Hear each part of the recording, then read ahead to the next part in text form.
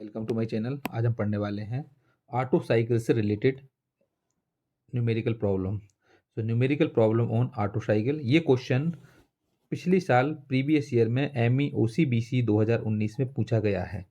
Important question है। Question लिखा हुआ है, in an auto cycle air at 1 bar and 290 kelvin is compressed isentropically until the pressure is 15 bar. The heat is added at constant volume until the pressure rises to 40 bar. Calculate the air standard efficiency and the main effective pressure for the cycle. Take gamma equal to 1.4 and R equal to 0.287 kilojoule पर kilogram kelvin. Question में दिया है एक auto cycle है जिसमें pressure दिया है 1 बार, temperature दिया है 290 केल्विन, कंप्रेस्ड आइसेंट्रोपिकली में है ये, और प्रेशर 15 बार पे गया है, और हीट इसमें एडेड हो रही कांस्टेंट वॉल्यूम पर, जो कि प्रेशर बढ़कर के कितना 40 बार पे पहुंच रहा है। सो calculate the air standard efficiency, air standard efficiency निकालना है। इसके साथ ही ये मेन इफेक्टिव प्रेशर निकालना है साइकिल का, जहाँ पर गामा की वैल्यू लेना है 1.4, आर की वैल्यू लेना है 0.287 किलोजूल पर किलोग्राम केल्विन। ये प्रीवियस ईयर में एमई ओसीबीसी 2019 में पूछा गया ये क्वेश्चन। सो हम सबसे पहले इसको सॉल्व करेंगे। तो गिवन लिखेंगे, सॉल्यूशन में गिवन कौन सा साइकिल है, ऑटो साइकिल का ये क्वेश्चन लिख दिया। टाइप ऑफ साइकिल है ऑटो साइकिल। आपको सबसे पहले ऑटो साइकिल का जब क्वेश्चन आता है तो हमको इसका पीवीटीएस डायग्राम याद होना चाहिए। तो पीवी डायग्राम हमारे पास ये बना हुआ है। तो पीवी डायग्राम के द्वारा हमको हर एक कंडीशन मालूम रहेगी कि आइसेंट्रोपिक कंपैरिजन कब लेना है, आइसेंट्रोपिक एक्सपेंशन कब लेना है, हीट एडिट कहाँ हो रही, हीट रिजेक्टेड कहाँ हो रही। इसलिए हमको पीवी डायग्राम याद होना जरूरी है। तो इसलिए हमने ये डायग्राम बनाया हुआ है। ये डायग्राम में वर्टिकल में जो है वो प्रेशर है, हॉरिजॉन्टल में जो है वॉल्यूम है। तो ये प्रेशर और वॉल्यूम मिलकर के पीवी डायग्राम बनता है। इसमें 4 स्टेज होती हैं, 1 to 2, 2 to 3, 3 to 4, 4 to 1। 4 stage में चलते हैं प्रोसेस। तो 1 to 2 जो होता है तो इसमें होता है आइसेंट्रोपिक एक्सपांसन होता है, और 2 to 3 में कांस्टेंट वॉल्यूम होता है, इसमें हीट रिजेक्टेड होती है, ये याद रखना पड़ेगा। 3 to 4 में आइसेंट्रोपिक कंप्रेजन होता है, और 4 to 1 में कांस्टेंट वॉल्यूम होता है, लेकिन इसमें क्या होता है, हीट एडेड होती है।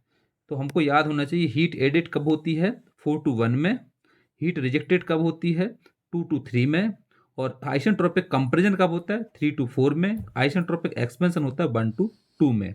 सो इसमें हम मेंशन कर दें कि 1 के सामने P1 हो जाएगा, 2 के सामने P2 हो जाएगा, 3 के सामने P3 हो जाएगा, 4 के सामने P4 हो जाएगा। वॉल्यूम में भी कर देंगे, V1 इक्वल टू V4 हो जाएगा, V2 इक्वल टू V3 हो जाएगा। तो प्रेशर वॉल्यूम मिलकर के डायग्राम बनाया तो ये पीवी डायग्राम बन गया।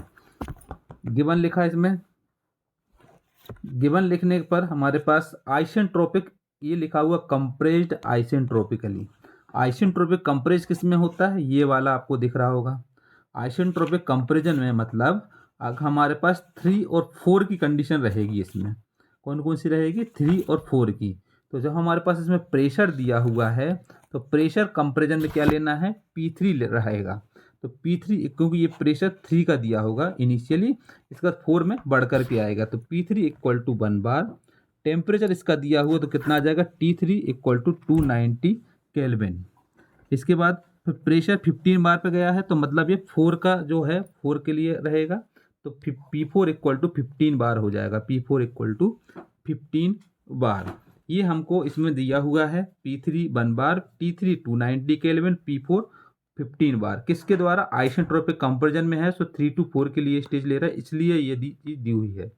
इसके बाद the heat is added, heat क्या हो रही है, ऐड हो रही है कांस्टेंट वॉल्यूम। तो हीट कब ऐड होती है, 4 से 1 के बीच में होती है।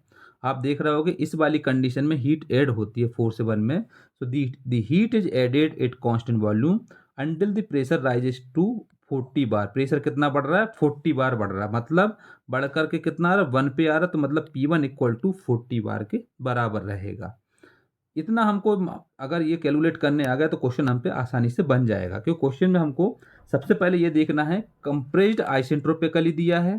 तो कंप्रेस्ड आइसेंट्रोपिकली कब होता है, ये हमको ध्यान रखना है। तो 3 to 4 में हमेशा आइसेंट्रोपिक कंपेरिजन होता है। तो इसमें अगर हम कम वाला प्रेशर लेंगे तो वो आ जाएगा 1 बार, P3 हो जाएगा। टेम्परेचर T3 हो जाएगा। इसके बाद प्रेशर होगा 15 बार, तो P4 हो जाएगा 3 to 4 के लिए। और अब फिर दिया हुआ हीट एडेड दिया हुआ है, तो हीट एडेड कब होता है? 4 से 1 में होता है। तो P4 तो हमको पहले से दिया हुआ था, तो इसमें हमारे पास P1 आ जाएगा 40 बार। गामा लेना है 1.4, आर लेना है 0.287 किलोजूल पर किलोग्राम केल्विन। सो ये क्वेश्चन पढ़ करके और ये डायग्राम बना करके उसके बाद ही हम इसको निकाल पाएंगे क्या चीज़ दिया है क्या नहीं दिया। तो हमेशा एक चीज़ याद रखना, जब पीवी डायग्राम याद रखोगे ऑटो साइकिल की, तो 4 प्रोसेस लिखना है, 1 to 2, 2 to 3, 3 to 4, 4 to 1। 1 और 4 to 1 और 2 to 3 जो होता है वो कांस्टेंट वॉल्यूम होता है। ये आइसेंट्रोपिक कंपैरिजन होता है 1 to 2 में। 2 to 3 में हीट रिजेक्टेड होती है। 3 to 4 में हीट आइसेंट्रोपिक कंपैरिजन होता है और 4 to 1 में हीट एडेड होती है। तो इन कंडीशनों को देखकर ही हमको लिखना है गिवन। इसके बाद सबसे पहले इसमें निकालना है एयर स्टैंडर्ड एफिशिएंसी। हेडिंग डालेंगे air standard efficiency. So we know that isentropic comparison process कब हो रही है? 3 to 4 में हो रही है। ये आप देख रहे होगे आइसेंट्रोपिक कंपैरिजन किस में हो रहा है? 3 to 4 में हो रहा है। इसमें हम इक्वेशन लगा देंगे, टेम्परेचर इसमें कांस्टेंट रहता है इसलिए हम इसमें लगा देंगे क्या? P3 V3 raise to gamma equal to P4 V4 वेस टू गामा। ये रहेगा P3 V3 raise to gamma equal to P4 V4 वेस टू गामा लगेगा कंडीशन। V3 अपॉन V1 करेंगे अगर हम, तो इसको हम इस फॉर्म में लिख सकते हैं, P4 अपॉन P3 वेस टू 1 अपॉन गामा। इसको सेपरेट करने के बाद, क्योंकि आपको मालूम है कंपैरिजन रेशियो होता है R equal to V3 upon V4 के बराबर। 3 और 4 के बीच में कंपैरिजन होता है, इसलिए यहाँ पर हमारा कंपैरिजन रेशियो निकलेगा। तो R equal to V3 upon V4 बराबर कितना? P4 अपॉन P3 बस टू 1 अपॉन गामा है। P4 अब इसमें वैल्यू पुट कर देंगे, P4 15 है तो यहाँ पर 15 रख दिया। P3 कितना है? 1 है तो 1 रख दिया। 1 अपॉन गामा कितना दिया? 1.4 तो 1.4 रख दिया। इसको हमने रखने के बाद इसको जब सॉल्व किया तो 0.714 आ जाएगा, 15 के ऊपर घात आ जाएगी। इसका आंसर आ जाएगा 6.914। ये आ जाएगी कंपैरिजन रेशियो। कंपैरिजन रेशियो कितना आ जाएगा? 6.914। इससे हम कंपैरिजन रेशियो निकाल लेते हैं। कंपैरिजन रेशियो निकालने के बाद हम इसमें एयर स्टैंडर्ड का फार्मूला लगाते हैं। So we know that air standard efficiency का फार्मूला होता है ये, इसके लिए ऑटो साइकिल के लिए nu equal to 1 minus 1 upon R raise to gamma minus 1 होता है। सबकी वैल्यू मालूम है तो 1 माइनस 1 अपॉन आर हो जाएगा 6.914 वेस टू गामा की वैल्यू रख देंगे 1.4 माइनस 1। इसको रखने के बाद जब इसको सॉल्व करेंगे तो हो जाएगा 1 माइनस 1 अपॉन 2.167। सॉल्व करेंगे तो 1 माइनस 0.4615। सॉल्व किया तो 0.5385 आ गया। परसेंटेज में कन्वर्ट किया तो हो गया 53.85%। तो ये आ जाएगी air standard efficiency. Air standard efficiency कितनी आ जाएगी? 53.85%। इससे हम एयर स्टैंडर्ड एफिशिएंसी निकालते हैं। इसके बाद आता है इसमें सेकंड चीज़ निकालनी थी, main effect of pressure. Main effect of pressure निकालने के लिए फर्स्ट ऑफ ऑल क्या करते हैं? Let us find the work done during the cycle per kilogram of air. Work done निकालते हैं। सो T4 लेते हैं इसमें, temperature at the end of isentropic comparison. Isentropic comparison complete हो रहा है तो T4 लेंगे टेम्परेचर। T1 रहेगा temperature at the end of constant volume heating. Heating के लिए जब कांस्टेंट वॉल्यूम तो T1 लेंगे। So we know that T3 upon T4 equal to V4 upon V3 raise to gamma minus 1। V3 upon V4 equal to R होता है तो ये हो जाएगा 1 upon R raise to gamma minus 1। Value put कर देंगे, 1 upon R की value रख देंगे 6.914 वेस टू 1.4 माइनस 1। सॉल्व किया इसको तो आ गया अपॉन 2.167। इसको निकालने के बाद हम इसमें क्या करेंगे? T4 इक्वल टू कर लेंगे, T3 को साइड ले आएंगे तो हो जाएगा T3 इंटू 2.167। T3 की वैल्यू रख देंगे 290। सो 290 इंटू 2.167। सॉल्व किया इसको तो सॉल्व करने पर हमारे पास में आ गया। सो इसमें 290 इंटू 2.167 करेंगे तो ये आ जाएगा 628.5 केल्विन हो जाएगा T4 की value. T4 now for constant volume heating process 4:1, constant volume में हीटिंग प्रोसेस 4:1 करेंगे तो हो जाएगा P4/T4 equal to P1/T1। So T1 equal to हो जाएगा T4 इंटू P1/P4। T4 रख देंगे 628.5 इंटू P1 रखा जाएगा 40, T1 रखा जाएगा कितना, P4 रखा जाएगा 15। इन सबकी वैल्यू पुट कर देंगे तो आ जाएगा T1 की वैल्यू 1676 केल्विन हो जाएगी। So we know that heat supplied का फार्मूला हो जाएगा Q421। 4:1 में हीट सप्लाइड होती है, हीट एडेड होती है, आपने डायग्राम में देखा है। इसका फार्मूला हो जाएगा हीट एडेड का mCV T1 माइनस T4, क्योंकि इसमें कांस्टेंट वॉल्यूम होता है। वैल्यू पुट करेंगे तो 1 आ जाएगा m की वैल्यू, CV आ जाएगा 0.717 और T1 1676 और T4 हो जाएगा 628.5। सॉल्व किया तो अगर 6751 किलो जूल। इससे हम निकाल लेंगे हीट सप्लाइड। ये हीट सप्लाइड आ गया। हमको निकालना work done during the cycle. Work done during the cycle निकालने तो हो जाएगा efficiency into heat supplied, new into heat supplied. New की वैल्यू रख देंगे एफिशिएंसी 0.5385 इंटू हीट सप्लाइड आ गई ये वाली 751। तो इसको सॉल्व किया तो हो गया 404.4 किलो जूल। इस साइड से हम work done during the cycle निकाल लेते हैं।